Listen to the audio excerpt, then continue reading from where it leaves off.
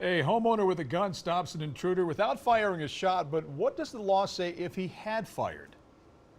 Thanks for watching 2 News at 6 tonight. Last Thursday, a man running from the law enforcement made his way into John Santy's house. Santy pulled out his gun and was able to subdue him and hold him until deputies arrived. David Ochoa was the first person to talk to Santy after that break-in. After David's story aired, many of you took to the comments on social media to discuss what would have happened if Santy had shot that intruder. So David asked an expert today on Utah law what that is.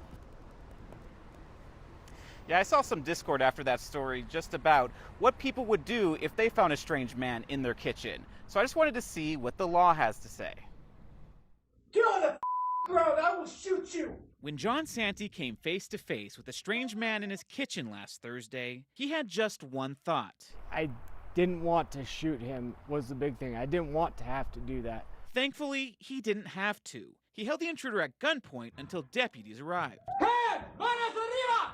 After the story was posted, comments poured in online, some praising Santy for his restraint, others saying what they would do in Santy's stead. One person said it's legally, financially, and physically safer to just shoot whoever comes through your door uninvited. Is it as cut and dry when someone comes to your house just to shoot someone and that's the end of it?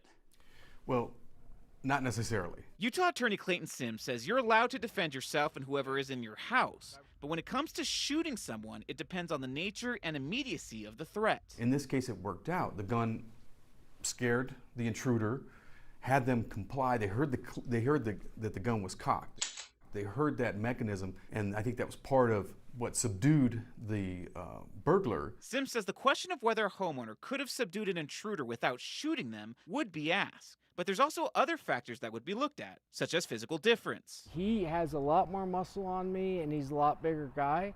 And in this case, once the intruder showed he was complying with commands, Sims says force was no longer necessary. You can't shoot them in the back just because they're in your house. Now, Sims tells me that there's always risk when it comes to force like this. And although those criminal charges might not be filed, there's always a chance that civil charges could. Reporting live, David Ochoa, KUTV 2 News.